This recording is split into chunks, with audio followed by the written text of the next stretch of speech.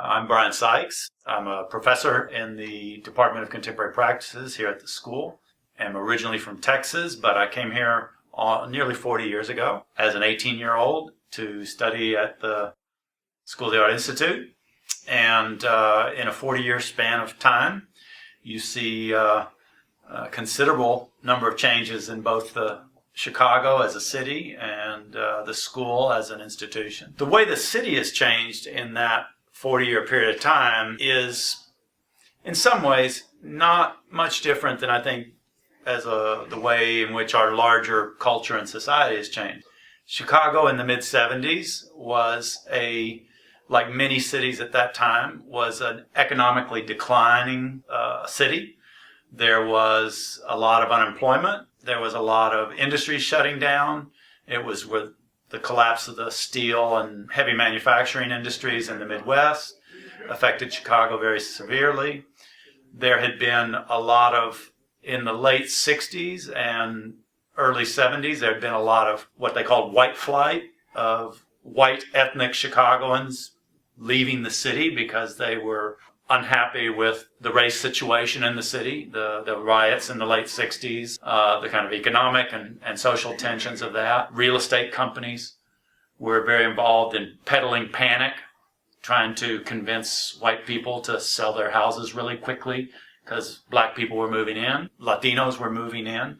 And so there was a real sense in the city of a lot of the city emptying out and a lot of kind of social and economic dislocation. But on the other hand, one of the things that was part of the character of Chicago at that time that has changed very much over 40 years is that there was a lot of very eccentric and idiosyncratic and local kinds of culture in the city, whether it be, small businesses, ethnic communities, a whole range of just kind of variation in the city that was much more diverse, much less homogenous than it is now. I think that the economic revival in the city has meant that you had a lot of gentrification, right? A lot of those, that socioeconomic class that left the city in the late 60s and 70s, many people now move back to the city, and young people don't necessarily leave the city when they get older and have kids and whatnot. The economy is much better. The city has a much wider range of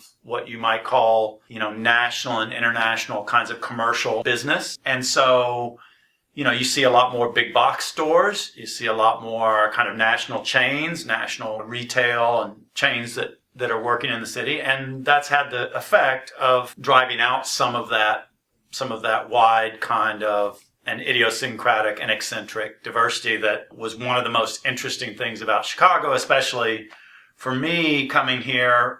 I came to Chicago because I was raised in a very homogeneous city, Houston, in the 60s and 70s, and I wanted something much more distinctive and much more varied than what I was raised around. And I found that here in Chicago.